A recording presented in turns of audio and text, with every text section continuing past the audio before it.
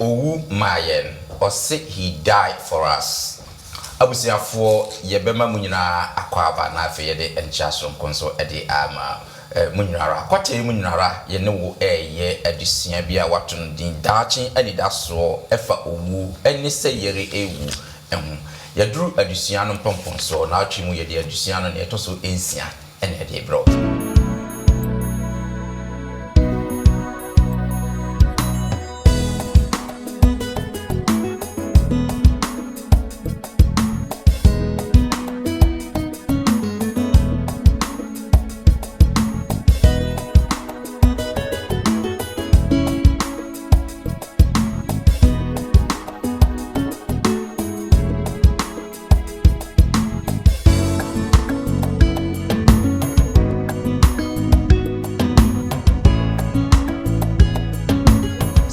Bi obesori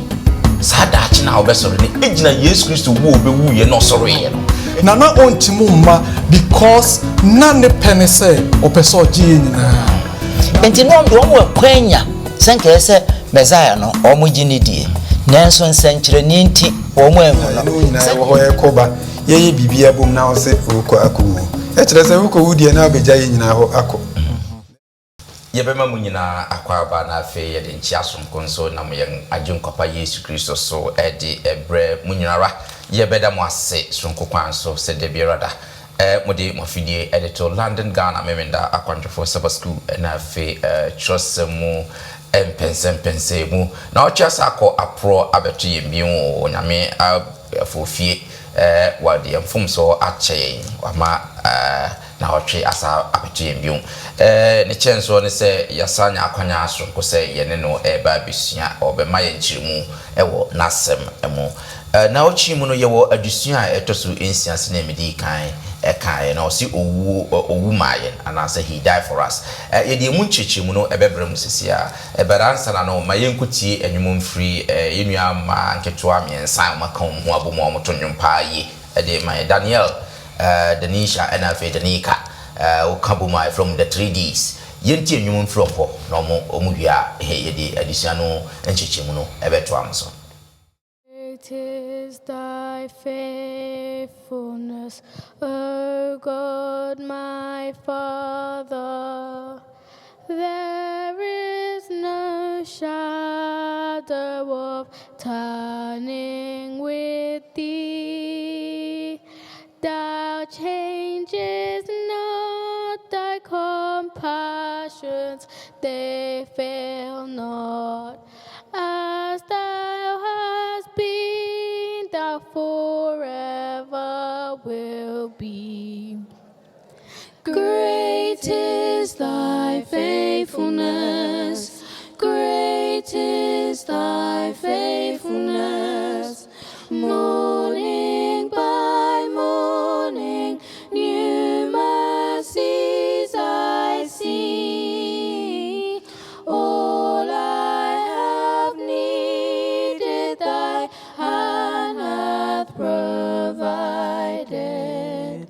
Great is thy faithfulness, Lord, unto me. Summer and winter and springtime and harvest, sun, moon, and stars in their courses above, join with all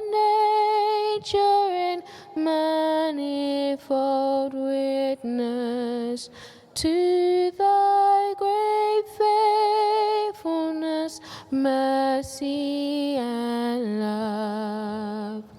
Great is thy faithfulness, great is thy faithfulness. Morning by morning, new mercies I see. All I have needed, thy hand hath provided. Great is thy faithfulness, Lord, unto me.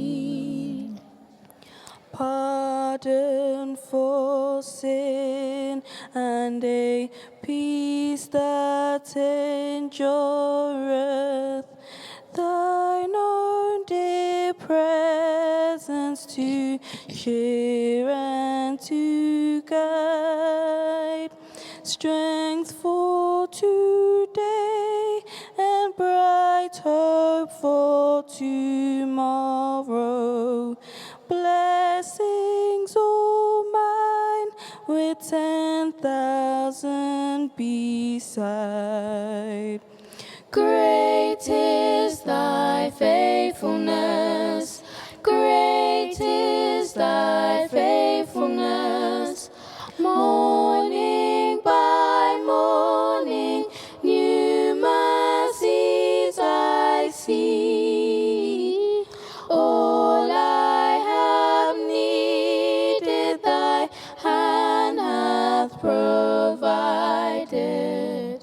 Great is thy faithfulness, great is thy faithfulness, great is thy faithfulness, Lord, unto me.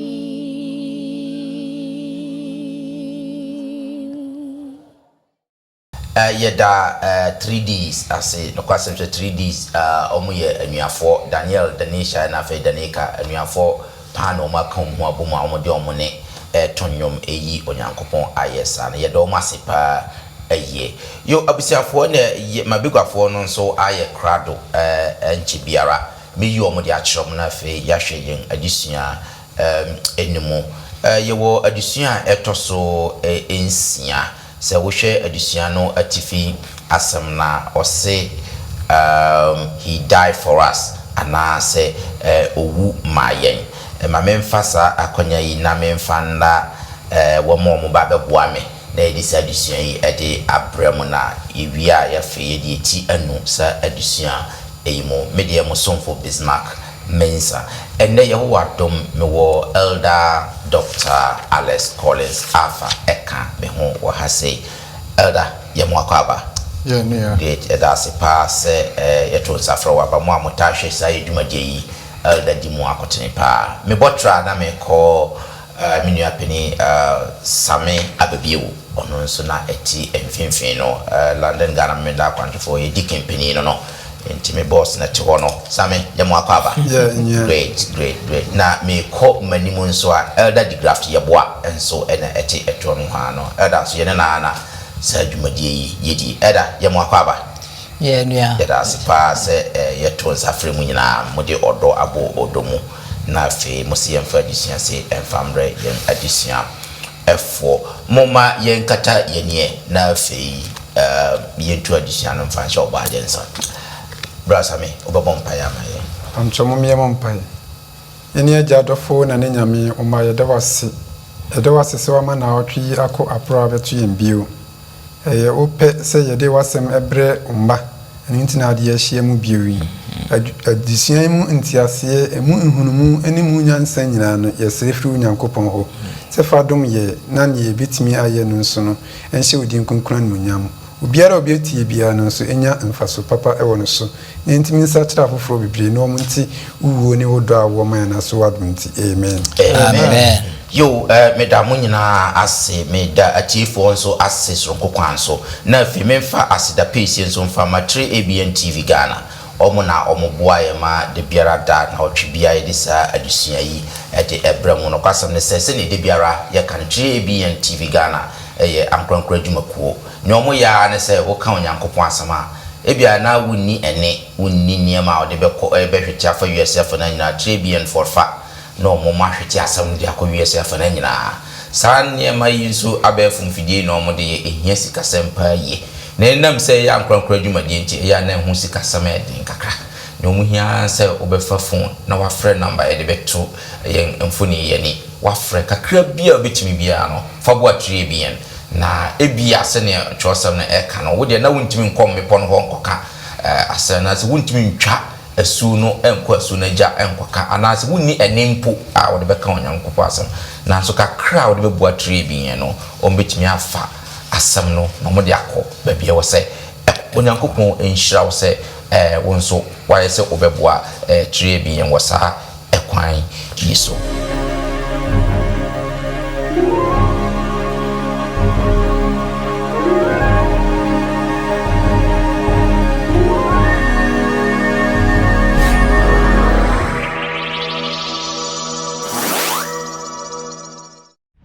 You can contact us on 3ABN Ghana on WhatsApp number 0577-654896 or call us on 057-654896 or email us on info@3abnghana.org. 3ABN Ghana is a non-profit making channel. We appreciate your support to keep us functional.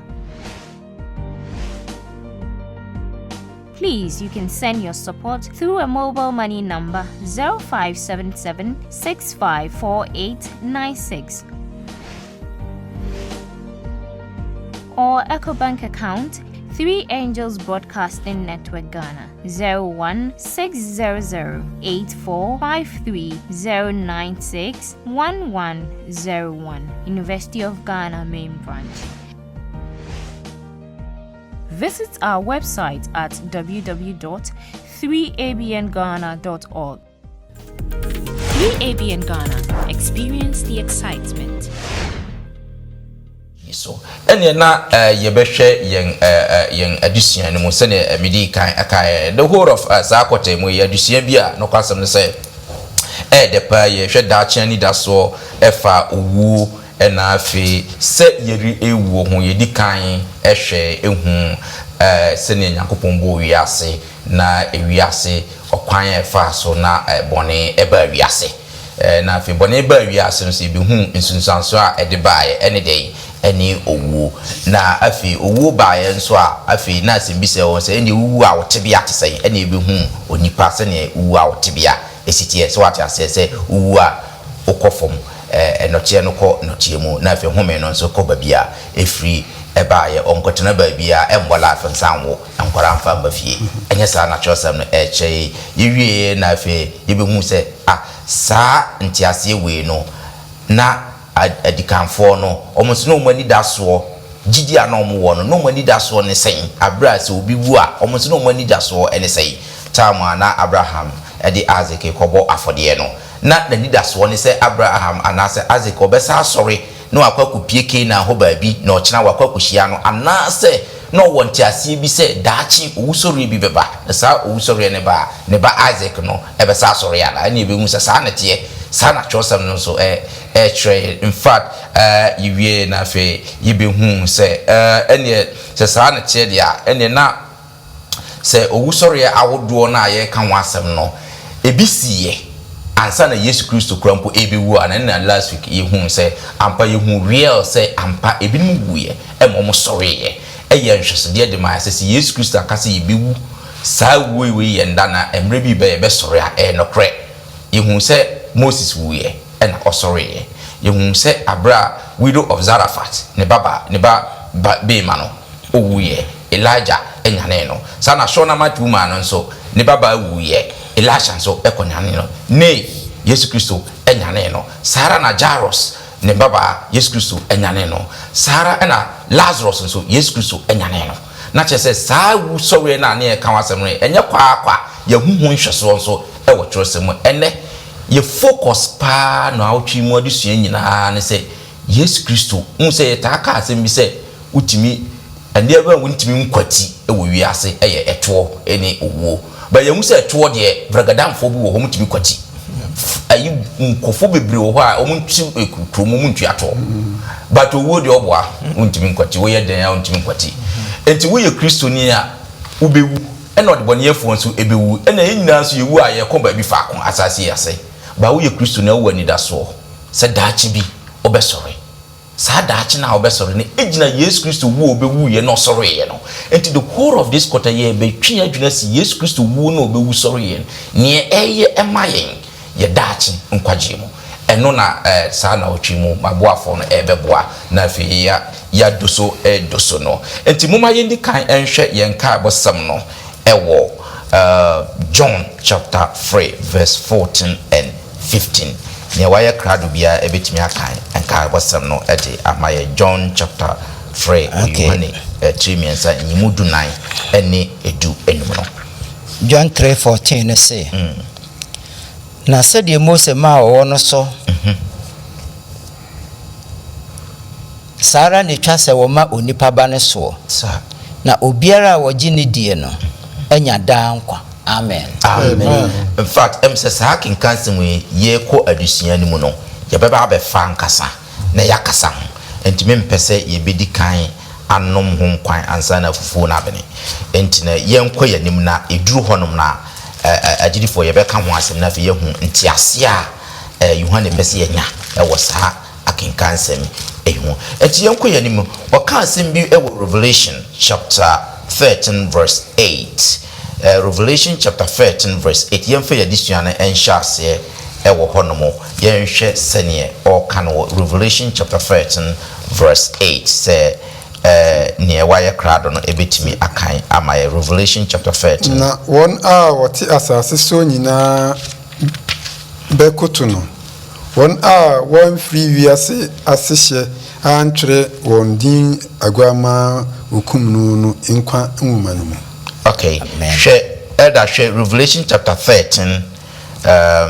verse 8 no so Revelation 13 no na okan ye no okay na hwɛ I think Acts chapter 2 verse 3 so Acts chapter 2 verse 3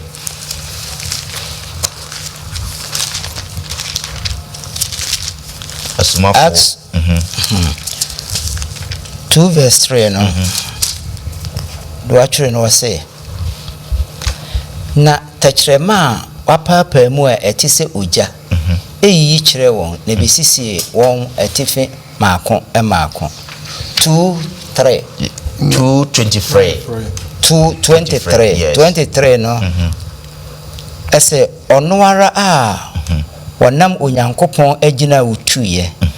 ɛne nim a onim dada no so yi no maaye no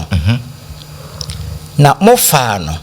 nam wɔn a wɔnimra nsaso bɔ no asinuam ekum no amen nti yɛhwɛ the Revelation can say wokum no owiase asahye na ɛde be na Revelation pese ɔkyerɛ ɛfa Yesu Kristo ni wo no because you say Yesu Kristo owiase ne ba yansa na wo ba bewu but the Revelation can wokum owiase asahye Many abes my can say no one wakano Yesu Kristo enim say ye bo wiase ama mfie mpempem bae nsana oba abewu nti ade nti na John the Revelator eka ewo Revelation 13 they say ye kum no ewo wiase ahyase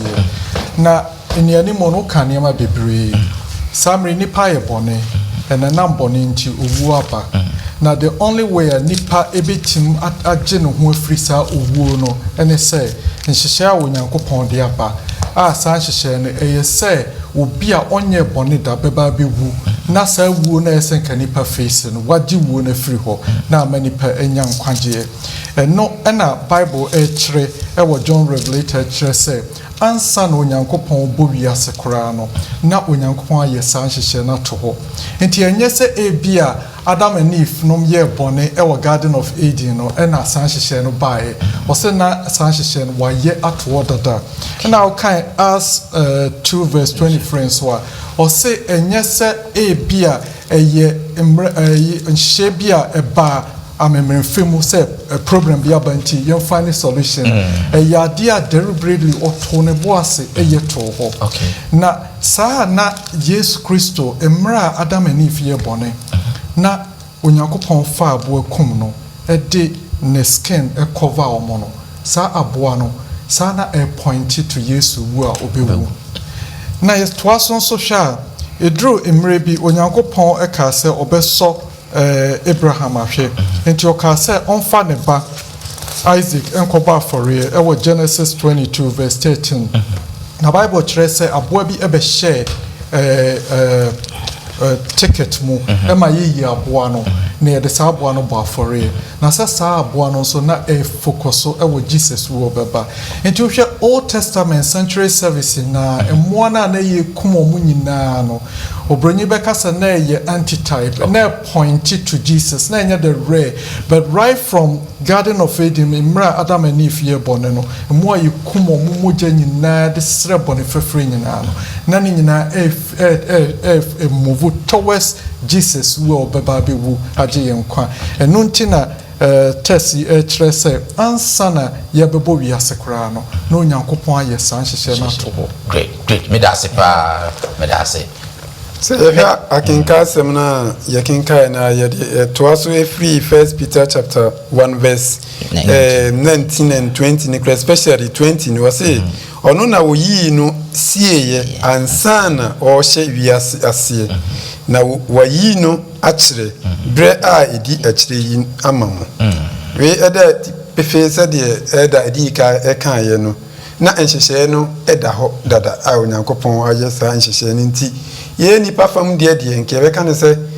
ye enhyehyɛ ni ene go forward but ni enim se daachi bi na ebe manifest ama nipa hu se ni na nyame akato before the creation no afi na ebe na chese ohwe de anuanom de aboa ye nyina no a na esi ne pi e de akire yen se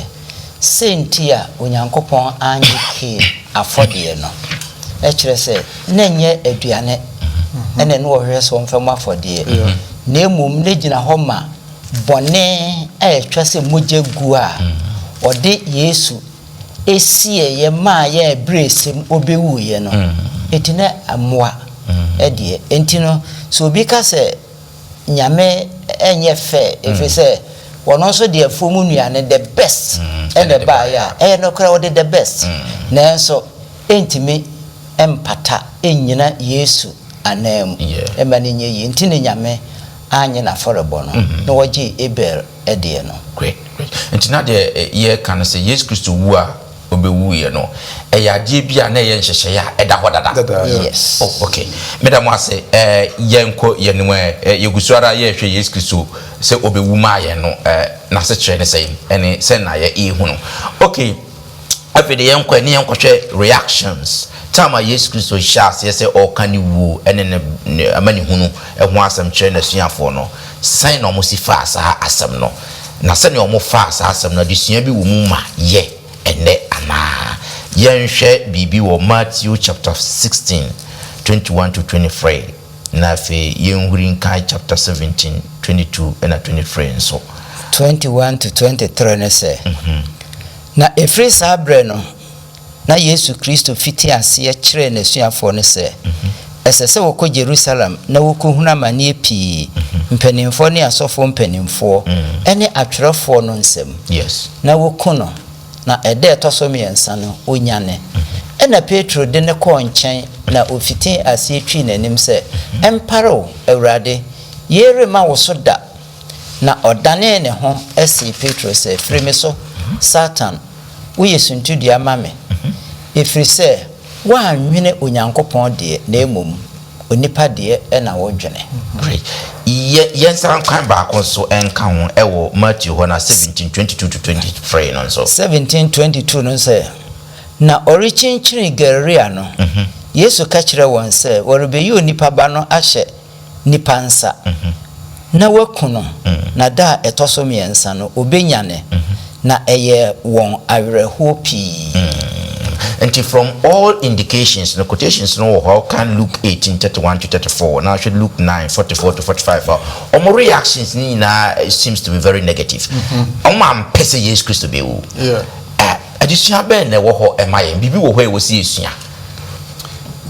kakra metimi edi aboa ewo test na ye kinka ye ne ni adisua no edi ma ye no e kire ni pefe se Yesu die na onim se ekwa bia so no dwumadi a yasoma ne se omrambe ye ne se oba be agi adasama enkwa na enipa famu no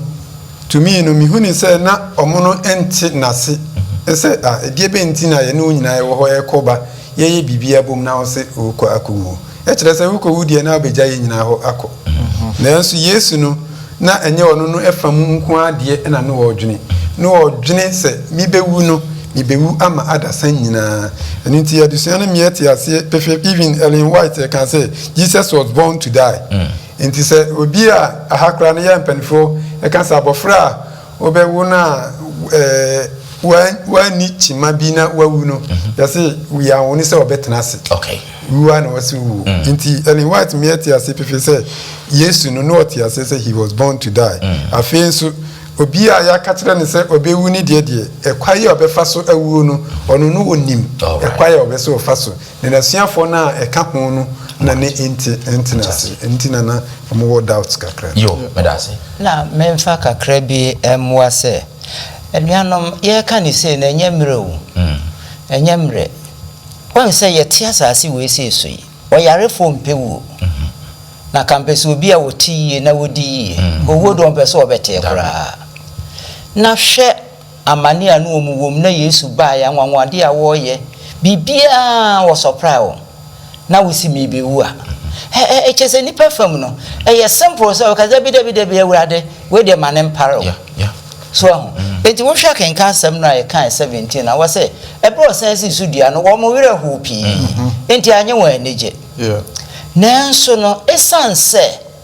na etwase owu ofise nkwaje nhyehyɛ no waye ansa na woto wiase fapimti no ese Yesu ewu but se de elder kan wo mantena si ni nti no Peter krado otwe ne ko nche kro kan se urade we de manempa e ma wo so da wo hwe kasa no ode te wo de asise che se entime maso che se ono na adwene no o kasa kugodro nanso no onim se na de wo ka no na enkwaje bia wo hia no enti ese Yesu enso no ono nso nim enti one de na dwen ne ko ni perfume so ye ntra ha ya na ye honto ye enti ehia se ye tinyame asem ase se amane sa ye betia se honamu ama ye si asem ni trase a enke do oje bebre ye na de oseye na bebre ye medase me fa kranka de mpinfo kan no de babia elder de see no yenhwe enam entiase a omanya ewo Yesu ni bueso wunti yenhwe nsusu aso e de ba omoso Peter krade duru ba bi otwe sekan na akola keto bi etia Peter kakra bi na papa penyin pa na chese ya ninjina namsa na onte Yesu Kristo di enti oba asase so ni bueso wu na odofo ha na ese yenso ye fa disun bi free ho say Bible share say Yesu besan ba biem ne maye tosumienu na ye very important say ye bete ne maye tosumienu di obeye in the context of this quarter this year Yesu say Yesu Kristo o say oba na omo mawu no enye so mawu no makoba bi o omo mawu ni nyina o madeda yenso obeba betu ya yenwu ye no obeba be fa ye nyina akọ na obefo omo matena se ama no enti e very important say sene asuafo no enam se omantene ma se na de o how ne amane bebrebe omo no ye make sure say yenso yenko the same mistake mo yenya abotre na yensua kwata edisua ye na etimama yenya the right theology that they are facing Jesus second coming but that's not just a worship yenso sometimes the way you behave no and also extra say yes Christo the second coming or yenso yentias you yenyamu ntiase papa because sometimes yenso your behavior and the way aye niema ye kone ba mu ye ne ye namfofo ye ntamu the way aye niema no so kire say say yenso ye nyante wusere na asi ye say atiase krompa ye nyindi enti yenso ye boy bra no se ne ye pebrea think say na asuafo no so e wo saa and they didn't understand omantiase entina Yesu ka say obewu no because omuti owu na Yesu Kristo obewu na wa bam wo amaye omunim ne ejina homa ankanka e wasase da mu no nkombeda na se na so mbe hye no kuran na wo koso na wa yedai na wo wu no because of the nyamresa so when ya Mr. Mark okay ya say imagine say obi ya sore no kase maranata mutimu nsania waye crowd say wiase amani a ye famu yinti no Yesu kura womra nti no onu ti ahwodin Jesus say ewurade bra obi tinche ba bi oso hwan mra onye ready ena ba ko bi so America no say enuanom say ye hwe yie pa every say hwe say nipa na Yesu eba bi wu amawo no wan say o mutimi ka kire Yesu say Yesu say wutimi frɛ say nu Yesu for mo a ye beji wu adi homete so if it's o man tenase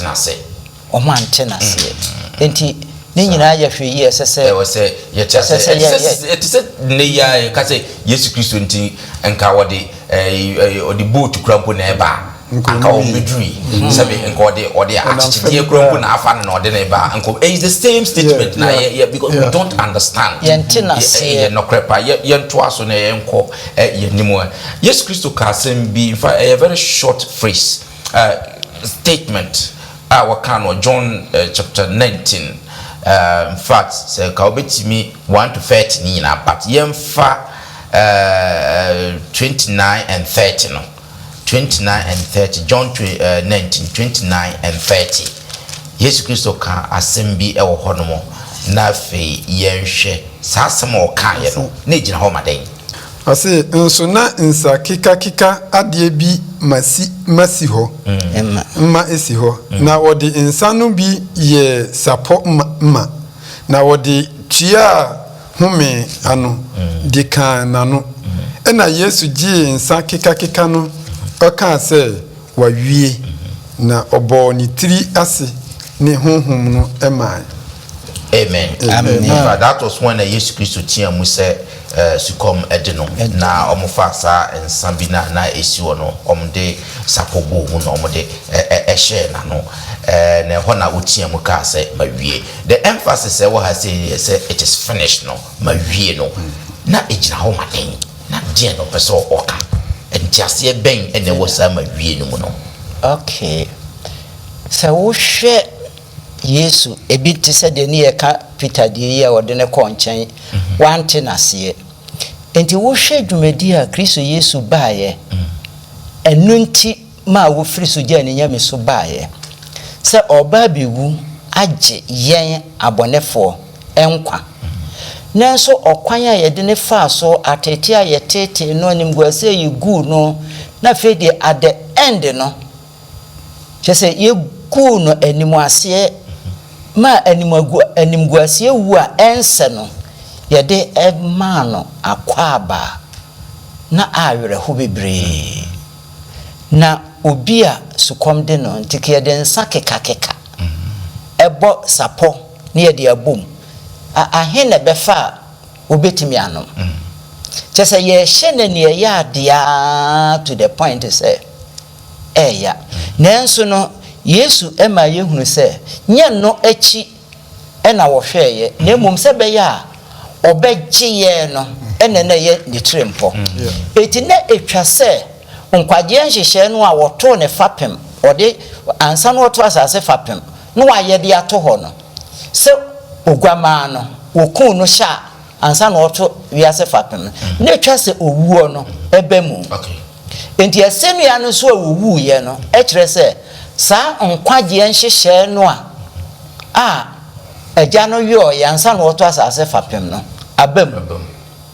ena sa owuo no nso no eye owu a owudi atua bone a akatua eye owuo no odi tua ka enti otua ka ma yense afede ye ne ka bio yade ye ho enti etimi tenase a owuo enti me nhurehura ye bio etire chesa senua no so me yate ase se san hyehye no wawie de toso bio bone no a ede aba emnunti oba beje na ye nso ye egu nanim ase no sa bone no na wie ye aba na de wode bone ne ba ye nso wadi ni so nkunim a wono nso be wo be bebu natan na fe kura no de bone de ba ye yare abebre se wo wuo asamando no ne safoa ekura no enti afedie eno nso no obabe yi na firi hokura enti wawie no e kire ama asi yempi se nkwaje nhyehyɛ no ewia ma yen ti de aka ma yen se ye beji Kristo Yesu edi na asamba ku bi wo mu a eye ma were ho a me pese me ka de ka na ye nyina ye tie no ye fa be efiri mu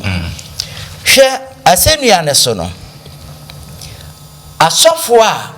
mo na mu gina ono Yesu anamu a mo de onyame asem edi mewiase se be nam so ne beje mezaye na die na ya ba ne nche ne benya nkwa no wo mo anyi na nie ne ntino anim gwase ni nyina wom di gu ni wi wasase nua no so no no masa ba be gina ha ka kire ne se hwe opa frase nua ne so si fom na ye beji wo adi atwetwe otiase na mo ne tiase no mo anyi no ani mo kuna gu nanim ase na ofrase nua ne so si fom a na mba gina di eche se eya atoro enye nokore nanso Yesu esun saafo e ka kire on se wo munim de wo ye na ye no a ye ne saa no nso nti ene wo saa se nua no so adofo no moma ye nhwe saa sem we pa na ye mra awurade nche na de awurade ayama ye no me se bibi biere ni ho a esombo a ye de toto ho a eyeye bibie ni ho efise sese ye suro owuo no ne safo akura awurade oba betunu mu forever o se owuo nkaye ni duban ne home ne mframa emma nkaye mu bio eternity. That's right. Forever and ever. Okay. Enti die na awurade nyamaye me da se minim se dog so me fa kranka the elder kai no menya quick me run it through quickly John 19 1 to 30 no na yenhwe ni ma bi esisi yes enti verse 1 no ye Jesus akọ Pilato anim wa ma ya hwe Jesus enti odofo make nyina mpesa odi wani edi machi verse 2 near den so ye che ahye no eye tons wo ho tie de hye no no moja astate e flow ne ho nyina already ya bono ne ho nyina. And then verse 3, no more started din no ho fell. Say, omo mokono, hail, king of Jew for na almost slap on the Bible say, brofono say they slap him in his face. Enti di omo ye nyina omasa bo Jesus asumo. Na Plato who say, no, the omo can it doesn't add up. Who boni be Jesus aya and unti esi kono. Nti koye na dwen se nkobe gya no na Bible kire say Jew for mpanyimfo high priest ne omono na omasa rally against ka kire Pilato say wunim na ogya na ye be report wa ma Caesar because a branch we see oye hene but there is no king other than Caesar. Omo forso na to the extent say the SAC na say eso kono nti ya ma Jesus asoa onoa ne cross edia nantia to Golgotha. Now Bible kire say so kind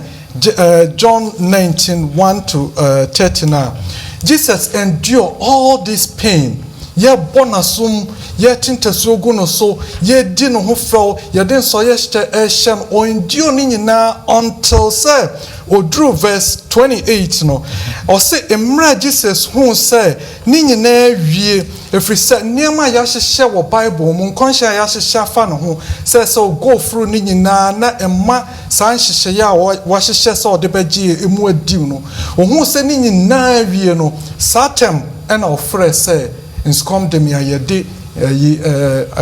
bonyono man or can say it is finished odofo addition pese ye nya wo hane say obi obemfo obi a friend of Fred Palmer can say bi wose mra na omo di Jesus ho fel na omo twetwe no high priest ene ne nkofo twetwe no say wo ye onyankopon a wotim di afoforo nkwa sifri soro duano so na je ho nkwa no so na obetima ba na obemfo nse debi na wontimu ma na ontimu ma enye se ebia na doa na ye de abon nsem no na hold on from se ontimu ma o na ontimu ma because na ne pene se opeso gi nyina na Bible dia dance say senke ye wonko a wa wutie me senka wonko ampo na se Jesus eba beji wa enko beba endure all this say enu ntina adisuano kire say ye fapom ye nkwagye ye bu sorry ye biem ye found ye salvation ni nyina ejina de Jesus eyemaye no oka it is finished at the time who say one dio ni nyina na wawie ni nyina yo senka medical krabi ka ho based on ye application no yeah si ye hwe a ye Christopher no o se asenua no so asem no ye nkwase asem e ma wona a onyi enie ebetuma ba se nyame adwuma a wo ye no a wode ho ato no so yie no ebia nipa bebre betimi aka nsem bebre afa ho se de ye omomoko Jesus no na ko mo sre no na ko ni pese obetimi aka se me na start ye nso majai ebia nyame de obehase afri baabi but nipa etai wachi no en support no ntino obeduru kwan baabi be ka se after all, give you up. Never give up. Because Jesus will give you up and come no me no yasa akwanya. Yo, madam wase pa abusia fo.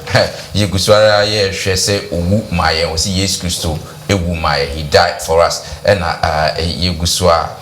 ye hwe no kwasem se Jesus Christo be fa niema bebre o ya bebre so kan John. Ayina but and ne da so esri Yesu and ne da so moku Yesu and ne ye ni ye bebre that's so sweet. So near can say ye be GID na yanyam kwaje. And it's a wound ni now so the bear tree Yesu. So one qua na if you want because we are NGOs anima we in a ye or no one son be yes sir and ye be able to do here so bad be na kwaje ayo dear. And it's a way you be our tree Yesu or church on Uncle Possum on fine share. Sansome ya ye kan from wa papa yen to aso na fe yen hwe yen ka abosam no afi na eho asam eba yen kan free John 3:14 to 18 no na obi so mbie Romans chapter 6 verse 23 yen kan bom na yen hwe asama ewo ho no mo asena sede Mose ma wo no so esreso no sara ni twa so ma woni pa ba no so na obiara ogi ni die no anyira no wanyada hankwa. Amen. Okay. So Sami what kind Romans chapter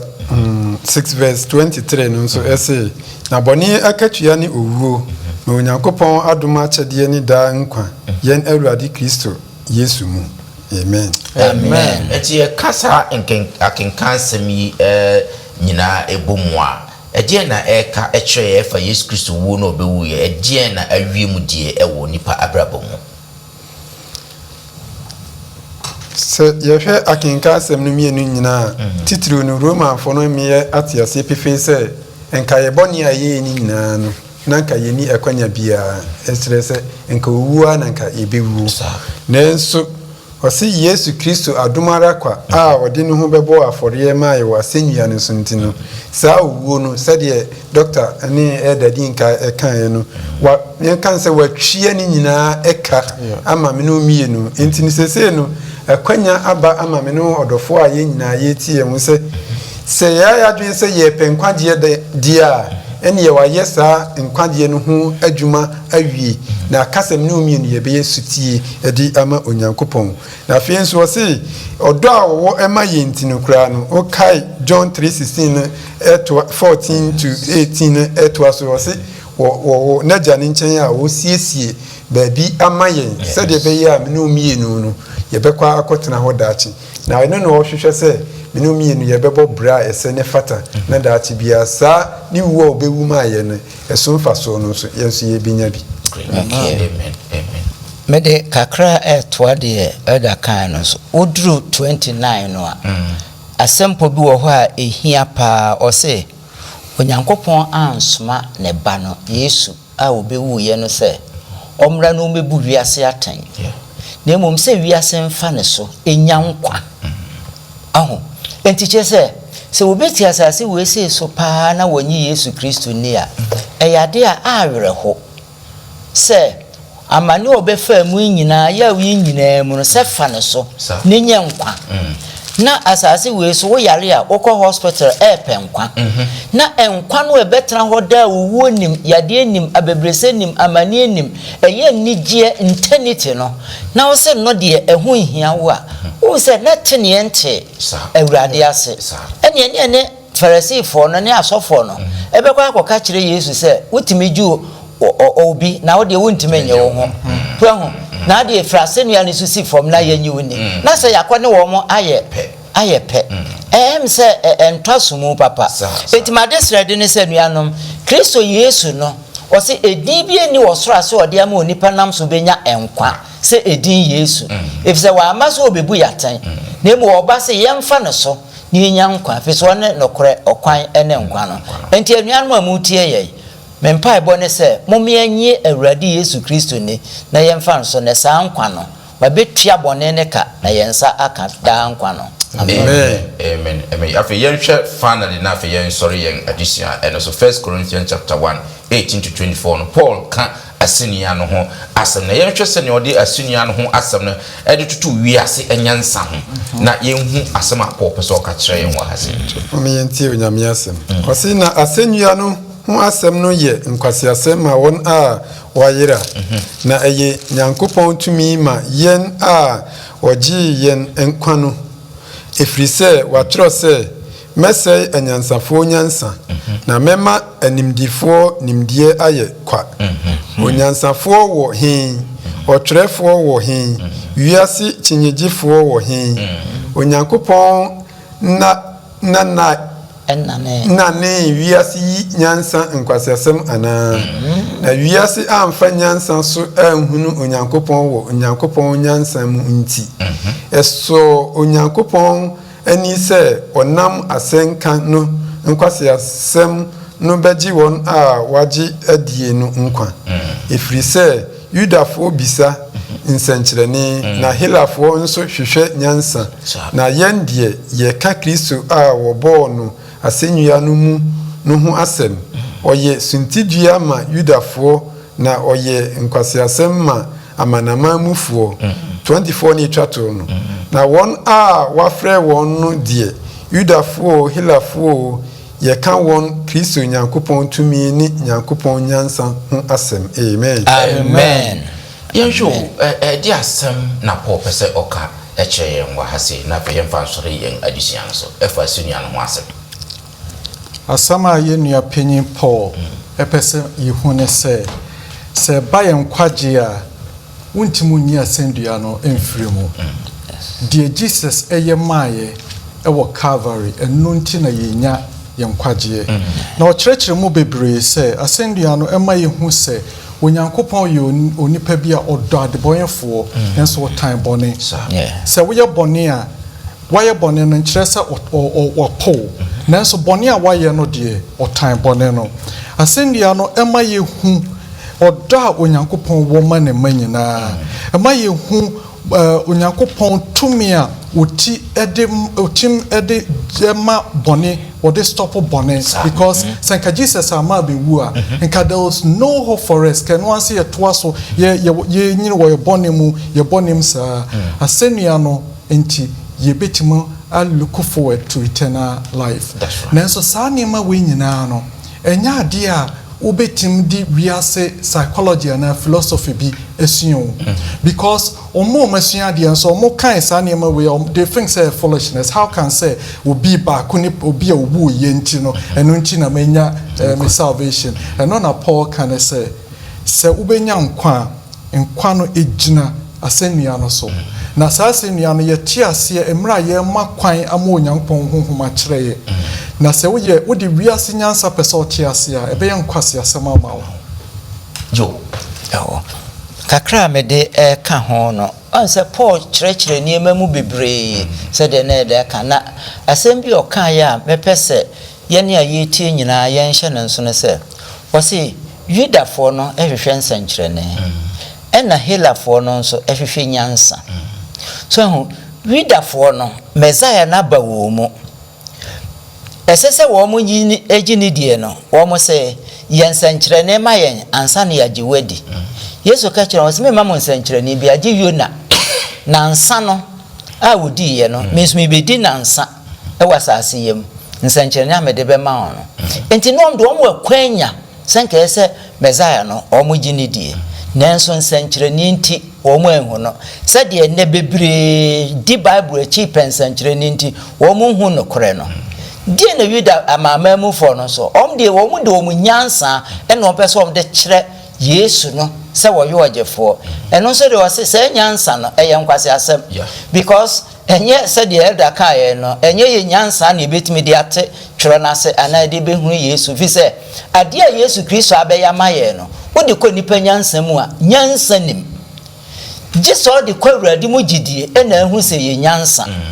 na no no opese yenko ne sa na yenye se nyansa na emfente ase na yenhu ogye no a ode ba baje ye no sa ama sa de a ene ene amamamu fo be hwehwe nyansa na nyame anim no ebe ye nkwase asemu a emfa ye nko ba bia efise ogye enie no das eda masepa na kakra bia me de etwa to ye se de me bia na ye kase se de enso ebenya ba kakra firi mu no se de o ka se eye nkwase asem ema ebinom no omo ayira no saa nso na ebia wo de ho ato nyame so ebia wo yare mu kura na ye kyerɛw akwanya se bebre se koha ewiase mu nyansa no me koha menya yaresa me koha menya yaresa na enso nam se wo de ho ato nyame so a onim se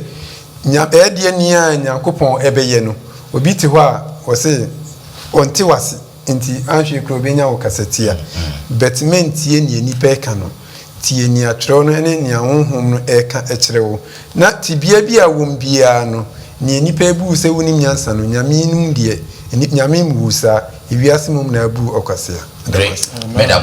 medamo ase pa bisiafo medamo nso asipa yi se moni yen ayesa adusua yi no kwasem se adusua toso ensia na yede abrɛw no se Yesu Kristo no owu ema yen se ne yin na ye che se ne adusua no ekɔ wo ye Kristo ni a yegidie fa pempa Yesu Kristo ni wu sorry no sanse ni wu sorry no ema ye endaso se yen so dachi ni wu a ye be sorry na ansa na Yesu Kristo ebe sorry no na che se wo so owu ansa enunti ye botaya wo de ba sa ewiase mu nunti na oduru gasemani na okon na ye den osufre na ja se oh eja jemi sa do hwi mu nanso botaya me de ba se wo se emiwu sa botaya ne se wo se owu sanse ni wu na owu ye no eno na ema yenso ye enkwaje ho adusua ena abusiafo de abrem no da sende ye de etoso enson nso ebeto am so onyankopon enhyira mu nyina katewoni na mema elder the graft enhyira so emaye ena je nkwa panyame yeda wase bebre baabi a wodi yen adisua di abedru nokre ogye nyina wo Kristo Yesu mu enyemre se wo beja ne nyamisu wo soro abefa kwate bia behunu saa ya de enim guasie nanso odo a wo ma yen pese wo gye yenti abefa saa ya wi nyina mu osese ye ma ne so a obegye wiase nipa nyina ampane wa bie nkwaje prono to ama obi biara enenti adofonom Erade obade agya wo mani ewu hyeyenden na yentime nyone na yemewura opronom ye wo Erade no na ayo ye ogye no mofafafo ye de wase bebre koso anane entena na hu ye nyina mobo twere din wo nkwa ngumanum na gye ka wo man no ho wo Kristo wo din mu ene ye da wase amen amen